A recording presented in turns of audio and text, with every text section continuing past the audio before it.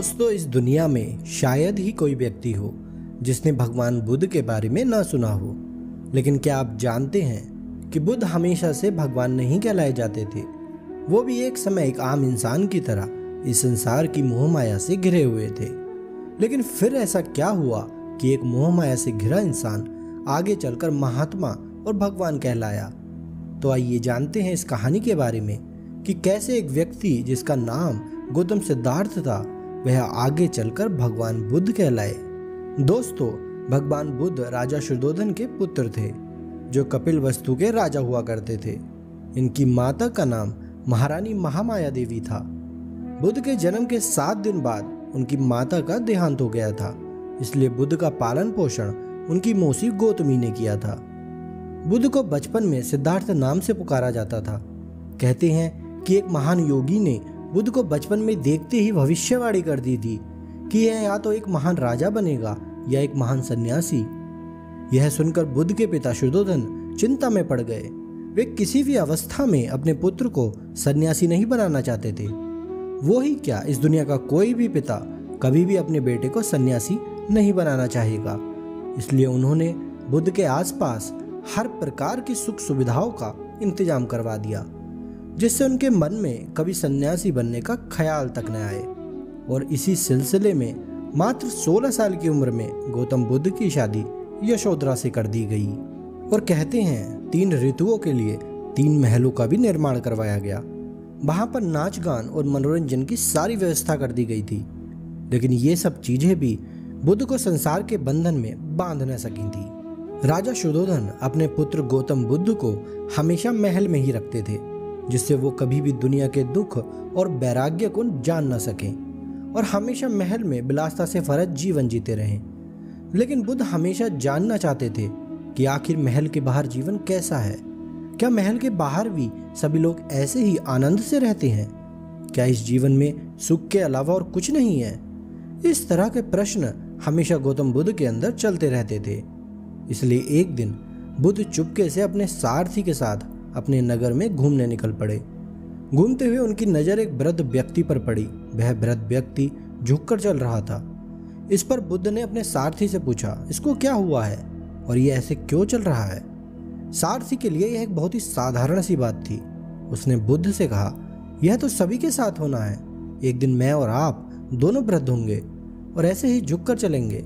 फिर उनका रथ आगे बढ़ा।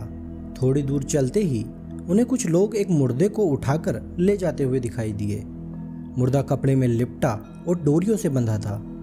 मरने वालों के संबंधी जोर जोर से रो रहे थे। उसकी माँ और बहनों का बुरा हाल था।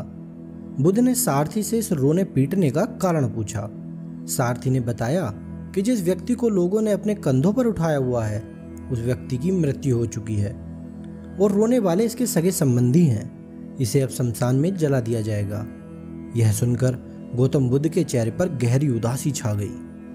उन्होंने सारथी से फिर पूछा कि यह मर कैसे गया और यह मृत्यु क्या होती है? सारथी के लिए यह एक साधारण सी बात थी।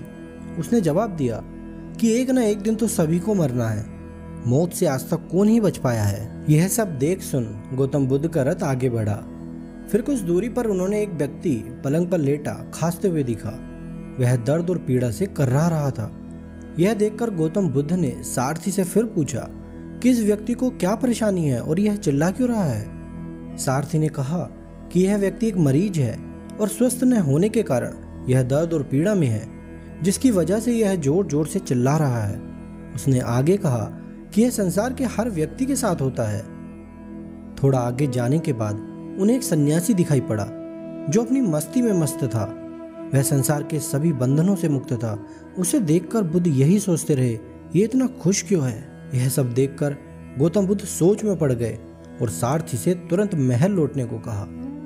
उस दिन वह पूरे समय यही सोचते रहे कि हम जन्म लेते हैं मरने के लिए, जवान होते हैं वृद्ध होने के लिए और स्वस्थ होते हैं रोगी होने के लिए। उन्हें इन चीजों में इस दिखावटी संसार का नंगा रूप दिखाई दिया। वह इस संसार के प्रत्येक सत्य का पता लगाना चाहते थे। इधर उनके एक पुत्र का जन्म हो चुका था जिसका नाम राहुल था। लेकिन अब गौतम बुद्ध सत्य की खोज और ज्ञान प्राप्ति का मन बना चुके थे। इसलिए एक रात वह सब कुछ छोड़कर जाने के लिए तैयार हो गए। जाते वक्त बुद्ध ने सोचा कि जाने से पहले अपने पुत्र का एक बार मुंह तो देख लूं, लेकिन उनका पुत्र यशोधरा के पास ही सोया हुआ था। उन्होंने सोचा कि अगर मैंने अपने पुत्र को देखने का प्रयास किया तो यशोधरा उठ जाएगी और मैं कभी इस मोह माया का त्याग नहीं कर पाऊंगा। इसलिए वह बिना अपने पुत्र का मुख देखे ही 29 साल की उम्र में अपना सब कुछ छोड़कर ज्ञान की प्राप्ति के लिए निकल पड़े। और वे एक नदी के किनारे पहुंचे और वहां पहुंचकर सबसे पहले उन्होंने अपने बालों का त्याग किया और सन्यासी का वेश धारण किया और फिर निकल पड़े सत्य की खोज में। गौतम बुद्ध एक मठ से दूसरे मठ, एक गुरु से दूसरे गुरु के पास घूमते रहे। जिसने उन्हें जैसा बताया उन्होंने वैसा ही किया। वह जिस भी गुरु के पास जाते उनके द्वारा बताई गई विधियों को ऐसे करते जैसे उनके शिष्य भी नहीं कर पाते थे। लेकिन इतना सब करने के बाद भी उन्हें वह अनुभव प्राप्त नहीं हुआ जो वो चाहते थे। उन्हें अपने प्रश्नों के उत्तर नहीं मिल पा रहे थे। उनके सभी गुरु उनके आगे हार जाते थे और कहते थे कि मैं भी आज तक इतना ही जान पाया हूँ, इससे आगे की यात्रा तुम्हें स्वयं करनी होगी। इसलिए बुद्ध ने कठोर तपस्या की। तपस्या करते करते गौतम बुद्ध का सुंदर शरीर सूख कर काटा हो चुका था। उनके शरीर में हड्डियों के अलावा कुछ नहीं बचा था। कोई भी उन्हें देखकर यह नहीं कह सकता था कि वे एक राजकुमार हैं। यह सब देखकर उनके साथ रहने वाले उनके 5 शिष्य भी उन्हें छोड़कर भाग गए थे। बुद्ध अपने कमजोर शरीर के साथ एक नदी के किनारे पहुंचे जिसका नाम निरंजना नदी था। गौतम सिद्धार्थ इस नदी में उतरे और जैसे ही वे नदी को पार करने लगे वैसे ही उनका कमजोर शरीर उनका साथ छोड़ने लगा और वह बहने लगे। बहते बहते नदी में पड़ी एक डाल को उन्होंने पकड़ लिया। वह अब तक भी हार नहीं मान रहे थे। भले ही उनका शरीर कमजोर हो चुका था लेकिन वे अंदर से कमजोर नहीं हुए थे। उस डाल को पकड़े पकड़े उनके मन में बहुत कुछ चल रहा था कि ऐसा क्या है जो मैं खोज रहा हूँ। यही सोचते हुए उन्हें कुछ देर में एहसास हुआ कि जो मैं खोज रहा हूँ असल में वो कुछ भी नहीं है। यह जीवन ही सब कुछ है और मुझे सिर्फ यह करना है कि मैं उन सभी बाधाओं को हटा दूं जो मुझे इस अनुभव से रोक रही हैं। उनको एहसास होने लगा था कि सब उनके अंदर ही है और अचानक से उनके अंदर एक ऊर्जा उत्पन्न हुई और बुद्ध नदी से बाहर निकल आए। नदी को पार करते ही उन्हें एक वृक्ष दिखाई दिया और बुद्ध उस वृक्ष के नीचे बैठ गए जिसको आज हम बोधि वृक्ष के नाम से जानते हैं। अब वह जान चुके थे कि यह शरीर एक मशीन है। अगर इसे कोई कष्ट होगा तो आत्मज्ञान पाना नामुमकिन होगा। और उस दिन उन्होंने सुजाता नाम की एक युवती द्वारा बनाई खीर खाई।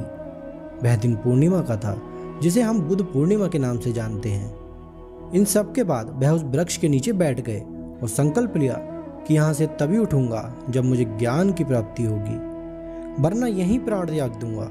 उन्होंने यह संकल्प ऐसा लिया था कि इसके बाद कोई संकल्प नहीं है, यही मेरा आखिरी संकल्प है। फिर आई वह चांदनी रात जिस रात चंद्रमा अपनी पूर्ण गरिमा में था और उन्हें उसी रात ज्ञान की प्राप्ति हुई। उन्होंने अपने ही अंदर वह सब जान लिया जो वे जानना चाहते थे, जिसके लिए उन्होंने अपना सब कुछ त्याग दिया था। ज्ञान प्राप्त होने के बाद गौतम सिद्धार्थ अब भगवान बुद्ध बन चुके थे। अपने इस अनुभव और ज्ञान के साथ महात्मा बुद्ध वहां से उठे और चल पड़े। रास्ते में उन्हें अपने वही शिष्य मिले जो उनको छोड़कर भाग गए थे। उनके शिष्य उन्हें देखकर चौंक गए। गौतम सिद्धार्थ पहले जैसे दिखाई नहीं दे रहे थे, एक अलग ही तेज उनके चेहरे पर था। कहते हैं भगवान बुद्ध ने पहली शिक्षा अपने इन्हीं 5 शिष्यों को दी थी।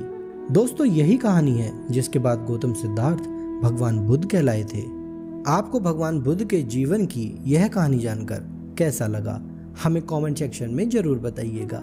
वीडियो अच्छी लगी हो तो वीडियो को लाइक और शेयर जरूर करें और साथ में चैनल को सब्सक्राइब भी कर लें। अपना कीमती समय हमें देने के लिए आपका धन्यवाद।